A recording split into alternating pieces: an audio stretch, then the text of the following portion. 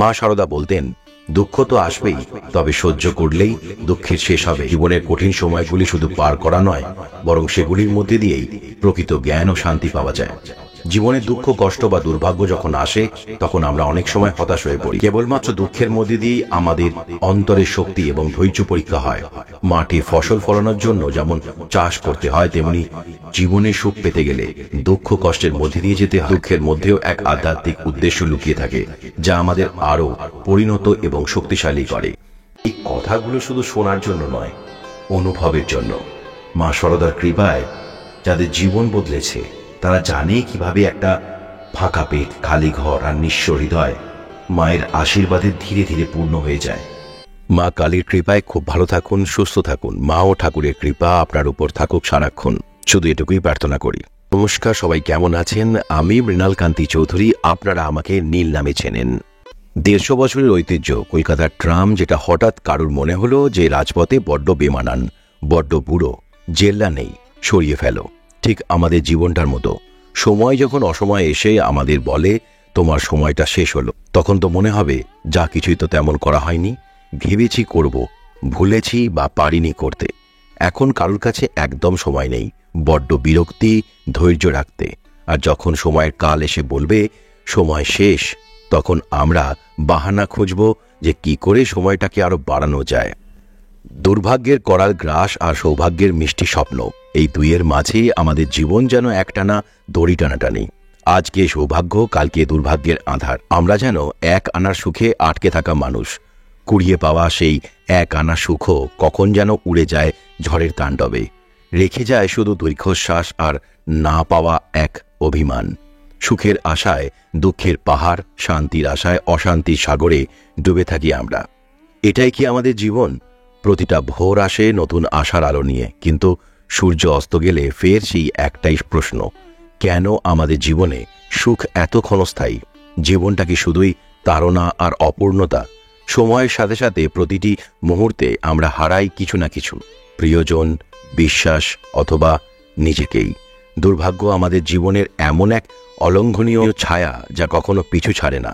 ঘরে বসে থাকা সেই পুরনো চেয়ারে আমরা ভেবে চলি, সুখের দিনগুলো কি ফিরে আসবে, নাকি এই দুঃখই আমাদের নিয়তি? মনে রাখুন, এই অন্ধকারই কিন্তু আমাদের পরীক্ষা। মা শারদা আমাদের পরীক্ষা নিচ্ছেন। যখন সমস্ত ঝড় থেমে যায়, তখন নতুন সূর্যোদয় আসে। ঠিক তেমনি যখন সমস্ত দুঃখের দিন শেষ হবে, সৌভাগ্য আপনার কাছে ধরা দেবে। ঈশ্বর স্বয়ং আপনার জীবনে প্রবেশ করবেন এবং আপনাকে সব কষ্ট থেকে মুক্ত করবেন। কিন্তু কিভাবে বুঝবেন যে মা শারদা স্বয়ং এসছেন আপনাকে সাহায্য করতে? মা শারদার উপস্থিতি ধরা দেয় এই সংকেতের মাধ্যমে। এই সংকেতগুলি আপনার জীবনের প্রতিটি পদক্ষেপে প্রকাশ পায়, শুধুমাত্র আপনাকে বুঝে নিতে হবে। চলুন দেখে নিই সেই সংকেতগুলি কি কি। 1. যখন মনে অশান্তি থাকে, তখন কিছুই ঠিকমতো হয় না, কিন্তু হঠাৎ করেই যদি আপনার মন শান্ত হতে শুরু করে, নেবেন মা শারদা আপনার কাছে এসছেন। 2. যেসব সমস্যার কোনো সমাধান ছিল না, হঠাৎ করেই যদি সব ঠিক হতে শুরু করে দেয়, তখন বুঝবেন মা শারদা আপনার জন্য কাজ করছেন। 3. স্বপ্নে মা শারদার কোনো রূপ, মন্দির বা পূজার দৃশ্য দেখলে ধরে নিন মা শারদা আপনাকে আশীর্বাদ করছেন। 4.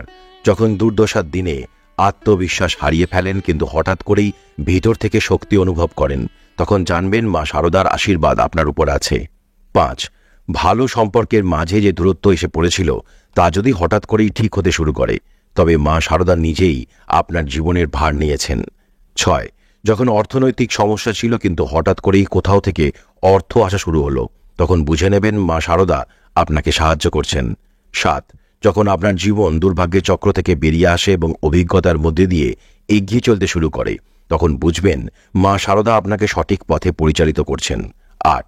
কাছের কেউ যদি দীর্ঘদিন ধরে অসুস্থ থাকে এবং হঠাৎ করেই সে সুস্থ হয়ে ওঠে, তা ঈশ্বরের উপস্থিতির একটি স্পষ্ট সংকেত। 9. যাদের থেকে সাহায্য পাওয়ার আশা ছিল না, হঠাৎ করে তারা এগিয়ে এসে সাহায্য করছে, মা শারদা তাদের পাঠিয়েছেন। 10. আপনার চারপাশের প্রকৃতি যদি হঠাৎ পরিবর্তিত হয়, যেমন আকাশে রঙের খেলা বা কোনো শুভ পাখির আগমন, এটি মা শারদার উপস্থিতির সংকেত। 11. সবকিছু ঠিকঠাক না থাকলেও যদি আপনার অন্তরের গভীরে শান্তি অনুভব করেন, জানবেন মা শারদা আপনার পাশে আছেন। 12. অজানা কারণে যদি মন্দিরে যাওয়ার প্রবল ইচ্ছা তৈরি হয়, বুঝবেন মা শারদা আপনাকে ডেকে নিচ্ছেন। 13, যে প্রার্থনা করেছিলেন তার উত্তর যদি বাস্তবে পেতে থাকেন তবে নিশ্চিতভাবে বুঝবেন মা শারদা আপনার প্রার্থনা শুনেছেন। 14, হঠাৎ করে যদি আধ্যাত্মিক চিন্তাভাবনা বেড়ে যায়, ঈশ্বরের দিকে মন ফিরে আসে, তখন বুঝবেন মা শারদা আশীর্বাদ আপনার উপর। 15, যে জায়গায় আপনি ব্যর্থ হয়েছিলেন সেখান থেকে নতুন সুযোগ এলে বুঝবেন মা শারদা আপনার জন্য নতুন পথ খুলে দিচ্ছেন। 16, অন্যের ভালো কাজ দেখে নিজে উৎসাহিত হলে বুঝবেন মা শারদার শক্তি আপনাকে কাজ করতে অনুপ্রাণিত করছে। 17, যে জীবন কষ্টে ভরা ছিল সেখানে হঠাৎ করে যদি সুখের অনুভূতি সৃষ্টি হয়, বুঝে নেবেন মা শারদা আপনার কষ্ট দূর করছেন। 18, যে মানুষগুলি সত্যিই আপনার পাশে থাকবে তাদের আগমন মা শারদার আশীর্বাদ ছাড়া সম্ভব নয়। 19, যে সময়ে আপনার মনের অশান্তি ছিল ঠিক তখনই যদি আপনার মনে অদ্ভুত শান্তি অনুভূত হয়, বুঝবেন মা শারদা আপনার সাথে আছেন। 20, যদি হঠাৎ করে দুঃস্বপ্ন দেখা বন্ধ হয়ে যায়, তখন বুঝবেন মা শারদা আপনার জীবন থেকে নেতিবাচক শক্তিগুলি দূর করে দিয়েছেন। 21, যখন হঠাৎ করে ঈশ্বরের নাম স্মরণ করলে আনন্দ অনুভব করবেন, তখন বুঝবেন মা শারদা আপনার খুব কাছাকাছি আছেন। 22, যে পাপের বোঝা এতদিন ধরে বয়ে বেড়াচ্ছিলেন সেটার থেকে মুক্তির অনুভূতি পাওয়া মা শারদার কাছাকাছি থাকার সংকেত। 23, যে জীবন একসময় অন্ধকারে ডুবেছিল সেটা যদি হঠাৎ করে আলোয় পূর্ণ হয়, বুঝবেন মা শারদার আশীর্বাদে সেই পরিবর্তন এসছে। 24, যেখানে একসময় কোনো আশা ছিল না সেখানে হঠাৎ করে আশা জাগলে বুঝে নেবেন মা শারদার উপস্থিতি আপনার জীবনে। 25, কোনো কারণ ছাড়াই আপনার কাজ হয়ে গেলে জানবেন মা শারদা নিঃশব্দে আপনার পাশে আছেন। 26, হঠাৎ করে যদি পুরনো শত্রুদের ক্ষমা করার ইচ্ছা আসে, বুঝবেন মা শারদা আপনার হৃদয়ে ভালোবাসা ভরে দিয়েছেন। 27, যে আক্ষেপ এতদিন ধরে ছিল সেটা যদি হঠাৎ মিটে যায়, বুঝবেন মা শারদা আপনার মন শান্ত করেছেন। 28, চারপাশে যতই কষ্ট থাকুক না কেন হঠাৎ করে মন শান্ত হলে বুঝবেন মা শারদা আপনার পাশে রয়েছেন। 29, যে কাজে একের পর এক ব্যর্থতা ছিল হঠাৎ করে সেখানে সাফল্য ধরা দিলে বুঝবেন মা শারদা নিজেই আপনাকে সাহায্য করছেন। 30, যখন সবকিছু খারাপ যাচ্ছিল তখন হঠাৎ করে ভালো খবর এলে বুঝবেন মা শারদার সংকেত পেয়েছেন।